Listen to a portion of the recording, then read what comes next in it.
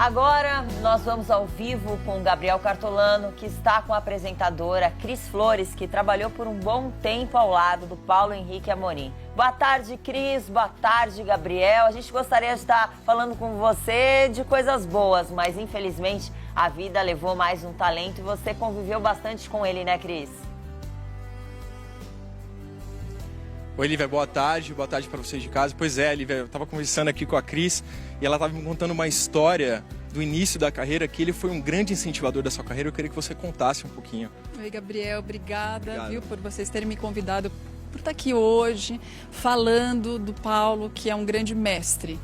É um prazer falar com vocês, tão queridos, e eu posso dizer que se eu estou hoje aqui na televisão falando com vocês é graças a ele, porque foi ele que viu em mim um talento que eu nem sabia que eu tinha. Eu trabalhava numa revista, que era a Revista Contigo, falando de celebridades, e ele me convidou para fazer o Tudo a Ver, um dos jornais, né, que vocês viram aí, de variedades. E ele que criou o meu nome, o Cris Flores, porque eu assinava como Cristiane Flores na revista, e ele olhou para mim e falou: não, vamos colocar Cris, que vai ficar muito mais simpático. E eu usava óculos, tinha o cabelinho Chanel, o Léo me conhece bem dessa época, porque a gente trabalhava junto. E aí ele olhou para mim e falou: você parece uma professora de geografia falando de fofoca, você dá credibilidade para fofoca. E é tão gostoso fazer fofoca, né? Falar sobre celebridades como vocês fazem. E ele tem um humor, ele tinha um humor muito, muito inteligente. Então ele trazia esse bom humor também para o jornalismo, para o dia a dia. Por isso que ele falava sobre qualquer assunto. E ele adorava falar de fofoca. Eu tenho certeza que ele assistia vocês todos os dias, e se não fosse todo dia, ele estava trabalhando e não podia assistir, porque ele adorava falar sobre esse assunto. E a Cris estava falando aqui para mim, gente, um jornalista sério, respeitado, ele tinha um manual, né, Cris, para o jornalista que ele mesmo escreveu. Eu queria que você contasse um pouquinho, que é uma curiosidade, eu acho que nem todo mundo sabe disso. Sim, eu tive o privilégio de trabalhar com ele, e ele era um grande professor. Então o que ele fez nessa época do Tudo a Ver? Ele criou um manual de jornalismo para a gente entender qual que era a linguagem que a gente devia usar, o português correto, para o câmera, para o editor de imagens, a roupa que a gente devia colocar. Para facilitar o trabalho de todo mundo, né? Exatamente. Então, assim, ele cobrava da gente, mas ele ensinava também. Então, tinha porquê daquela crítica, daquela cobrança.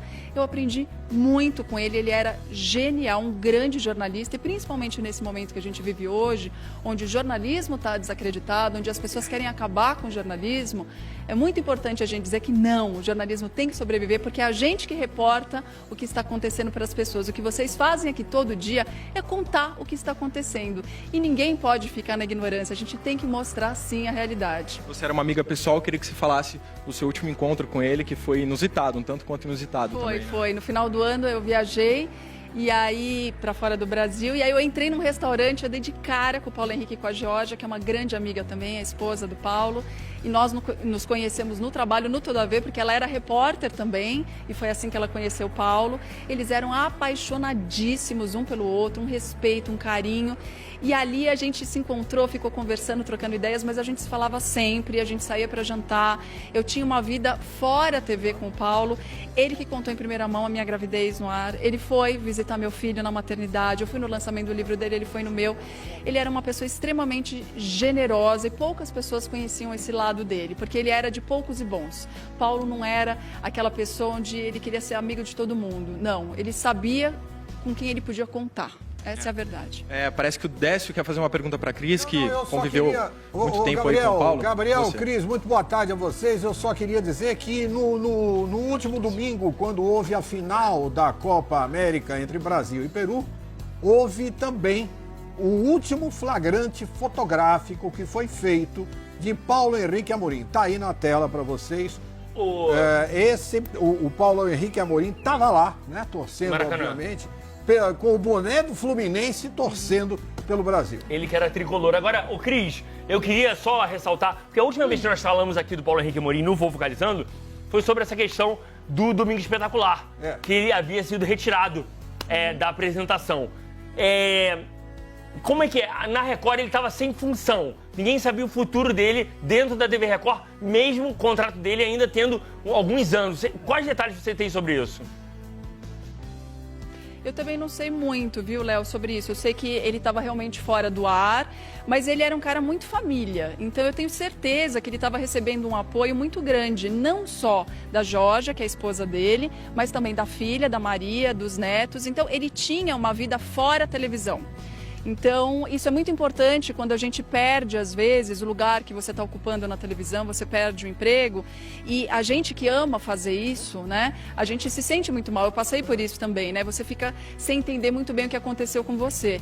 Mas no caso dele, como foi no meu, eu tenho certeza que ele estava sendo muito bem amparado pelos familiares, até para entender esse momento. Ele passou por vários momentos na carreira, né? De estar no ar, depois ser tirado do ar, de sair de uma emissora para outra, de um veículo para outro. Ele era muito combativo, falava o que ele pensava, ele não tinha medo de dizer o que ele pensava, e quem diz o que pensa sempre paga um preço, né? No ar e fora do ar. E ele sabia disso, ele tinha essa dimensão, né? Agora, por ele amar o Rio de Janeiro, eu tenho certeza que ele foi em paz. Porque ele amava essa cidade maravilhosa onde ele nasceu, o Fluminense, que era a paixão também da vida dele. Então eu tenho certeza que ele está agora num lugar muito especial e feliz por ter partido neste momento em que ele estava ali compartilhando com a mulher dele, que era o amor da vida dele, e também num lugar maravilhoso que ele tanto saudava, que ele tanto dizia para o mundo como era especial, né? Então, muito obrigada, eu penso no Cris. Paulo, eu penso só em coisas boas. Obrigada, Cris. Obrigada, Cartolano. Antes de me despedir de vocês, Cartolano, passa pra gente o endereço para as pessoas que querem prestar suas últimas homenagens, né, dar o último o adeus. Onde vai ser o velório e o enterro do Paulo Henrique Amorim? Vamos lá, Lívia. O velório acontecerá amanhã, das 10 horas da manhã às 3 horas da tarde, na Associação Brasileira de Imprensa, no centro do Rio de Janeiro, e será aberto ao público. Depois, o corpo de Paulo Henrique Amorim será cremado no crematório da Penitência, na zona portuária do Rio. É isso. Devolvo com vocês aí. Um beijo. Obrigada, gente. Meus sentimentos, os sentimentos da família Fofocalizando, a família, parentes e amigos. A gente continua aqui daqui a pouquinho. Depois do recadinho comercial, Léo Dias com muita fofoca e bafos, meu amor.